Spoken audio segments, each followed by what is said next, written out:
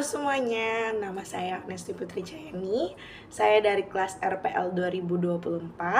Di sini untuk memenuhi mata kuliah tugas promosi kesehatan, saya akan melaksanakan SAP. Penyuluhan yang bertema memberikan penyuluhan tentang penyakit asam lambung kepada keluarga Tuan I. Baiklah, saya akan mulai. Selamat pagi Ibu dan Bapak dan kakak-kakak semua. Bagaimana kabarnya hari ini? Luar biasa. Baiklah, hari ini kita akan melaksanakan penyuluhan tentang asam lambung. Asam lambung ini yang diderita oleh Nyonya I. Bagaimana kalau waktunya kurang lebih 30 menit untuk kita melaksanakan penyuluhan? Apakah ibu dan bapak dan kakak-kakak semua bersedia? Baiklah. Untuk memulai kegiatan kita, saya akan bagikan leaflet ke peserta semua. Nah, bapak ibu, sesuai yang kita akan bacakan dan kita akan mengerti bersama-sama, di sini ada tentang asam lambung. Nah, nomor 1, apa sih itu asam lambung? Terlebih dahulu, apakah Bapak dan Ibu tahu apa itu asam lambung? Benar, Bu, Pak. Baiklah, Bapak Ibu, rupanya sudah sedikit mengerti tentang apa itu asam lambung, tapi saya akan jelaskan lebih dalam kembali. Asam lambung atau gastroesophageal reflux disease, GERD, adalah munculnya rasa terbakar di dada akibat asam lambung. Muncul minimal 2 kali dalam seminggu. Nah, di sini ada 5 penyebab asam lambung naik. Yang pertama, jadwal makan malam yang tidak teratur, menjalani gaya hidup yang tidak sehat, kelebihan berat badan atau obesitas, memakan cemilan sebelum tidur dan minum kopi. Yang terakhir adalah konsumsi makan pedas berlemak dan asam. Tanda dan gejala asam lambung. Kita sudah bercerita sebelumnya, tanda dan gejala di sini hampir mirip dengan yang dialami oleh ibu. Nah, yang pertama adalah sulit menelan. Yang kedua, nyeri dada, radang tenggorokan, panas tenggorokan, nyeri tenggorokan, bau mulut, sendawa, mulut terasa asam, perut kembung, mual, dan batuk kering berkepanjangan. Beberapa tanda dan gejala ini kan ada yang dirasakan oleh ibu kan. Nah, lalu dampak dari asam lambung atau komplikasi asam lambung ada di bawah sini. Adalah nomor 1, tukak esofagus, penyempitan kerongkongan, infeksi paru-paru, kanker esofagus, esofagistis atau peradangan. Itu akan menyebabkan, asam lambung akan menyebabkan komplikasi jika tidak ditangani. Yang selanjutnya adalah bagaimana sih bapak atau kakak-kakak semua merawat ibu yang sedang mengalami asam lambung. Yang pertama yaitu terlibat langsung dalam memenuhi kebutuhan dasar anggota yang sakit. Nah, ada yang di sini di lembar belakangnya.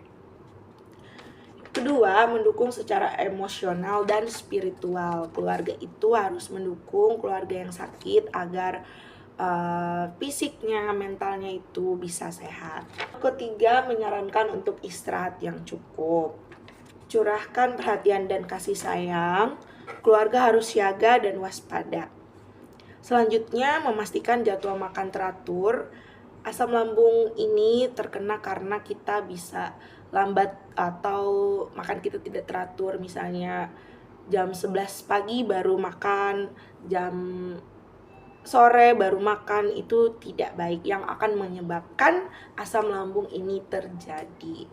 Memberikan obat-obatan yang sesuai dengan resep dokter atau obat-obatan dari yang ibu peroleh dari puskesmas. Selanjutnya, mengantarkan keluarga yang sakit ke fasilitas kesehatan terdekat, yaitu puskesmas atau pustu untuk mendapat bantuan petugas kesehatan.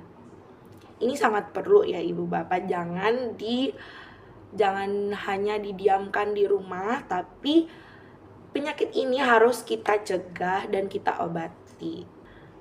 Nah, selanjutnya adalah contoh obat herbal yang bisa diperoleh untuk meredakan asam lambung, yaitu air kelapa, jahe, lidah buaya, temulawak, mentimun, pepaya, kunyit, dan madu.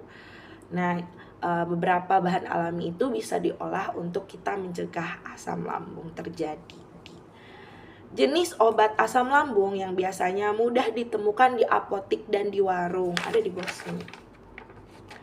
Ada 3 obat yang sangat mudah kita dapatkan ya Bapak, Ibu, dan kakak-kakak semua. Yang pertama ada antasida, yaitu milanta, malokrolide, dan sebagainya. Yang kedua adalah H-2 reseptor blocker, yaitu ranitidin. Nah, Ibu, saya dengar minum ranitidin ya. Baik. Yang ketiga ada proton pump inhibitors. Nah, itu adalah omeprazole, lansoprazole. Ini adalah obat yang khusus untuk meredakan asam lambung atau GERD tadi.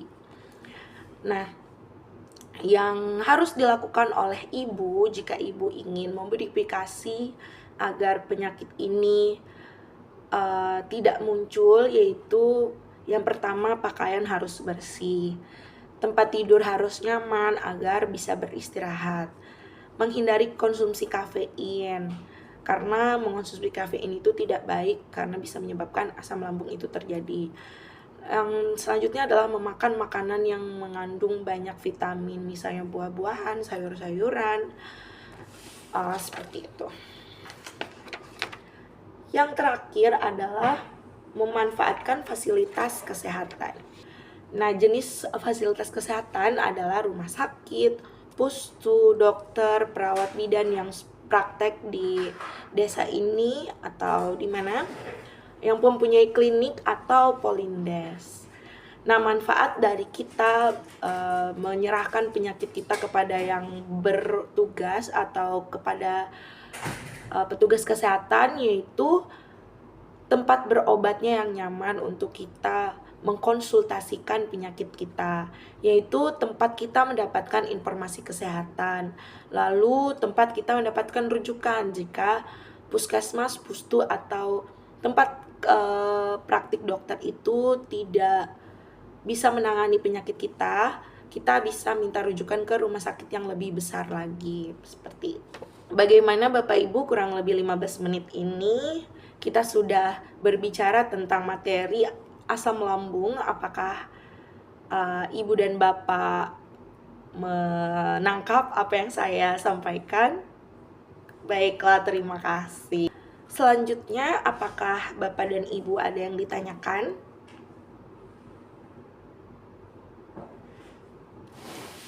Saya akan menunggu jika ada pertanyaan yang belum dimengerti.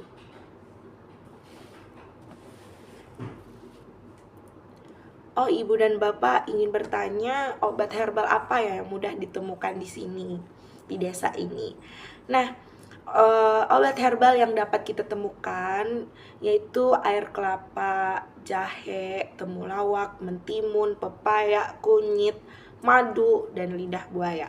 Itu akan kita bisa temukan di mana saja karena ini adalah bahan-bahan alami yang sangat dekat dengan kita sehari-hari. Bagaimana, Bu? Baik, kita lanjutkan. Saya akan mengevaluasi kegiatan kita hari ini. Saya mempunyai 3 pertanyaan yang akan saya berikan kepada khususnya Ibu, untuk Ibu bisa mengerti lebih lanjut lagi tentang apa penyakit yang Ibu alami. Yang pertama adalah, apa sih garis besar penyakit asam lambung itu menurut Ibu? Betul sekali, Bu. Jawaban Ibu sangat tepat. Yang kedua, saya akan berikan pertanyaan, apa sih gejala yang Ibu rasakan jika asam lambung itu kambuh? Iya, seperti Ibu jelaskan sebelumnya ya, beberapa gejala tadi. Baik, Ibu rupanya sudah mengerti. Yang ketiga, pertanyaan saya, apa saja obat yang dapat dikonsumsi ketika asam lambung itu naik? Betul sekali Bu, Ibu biasa minum obat ranitidin dan omeprazol seperti yang Ibu konsumsi. Kesimpulan kita pada hari ini adalah penyakit asam lambung itu harus dicegah, harus kita tanggapi dengan serius, dan bagaimanapun fasilitas kesehatan harus kita manfaati untuk supaya penyakit asam lambung itu tidak lagi datang dan akan mereda. Jangan dibiarkan di rumah, dan peran keluarga harus ikut serta membantu ibu. Kakak dan bapak harus membantu ibu untuk nanti merawat ibu yang sedang sakit. Dan obat yang bisa dikonsumsi seperti yang ibu konsumsi tadi, yaitu ranitidin, omeprazol, rameprazol. Bagaimana perasaan bapak dan ibu ketika saya memberikan penyuluhan? Wah, saya senang sekali diberi tanggapan seperti itu. Pada hari ini kegiatan kita sudah selesai. Mohon maaf jika saya ada salah kata dan perbuatan pada penyuluhan hari ini. Saya harap ibu cepat sehat dan bapak dan kakak-kakak semua dapat merawat ibu dengan baik jika terjadi kambuhnya asam lambung kembali. Nah, baiklah, cukup sekian dari penyuluhan saya ke rumah Bapak. Terima kasih telah menerima saya dengan baik untuk memberikan penjelasan dan penyuluhan ini. Materi ini semoga bermanfaat bagi kita semua. Oh iya, Bapak Ibu, saya akan memberikan poster, siapa tahu nanti akan ditempelkan di kamar Ibu sebagai pengingat. Baiklah, di sini sama saja materinya dengan leaflet yang saya berikan. Mari Ibu, Bapak, saya permisi. Terima kasih banyak atas waktunya.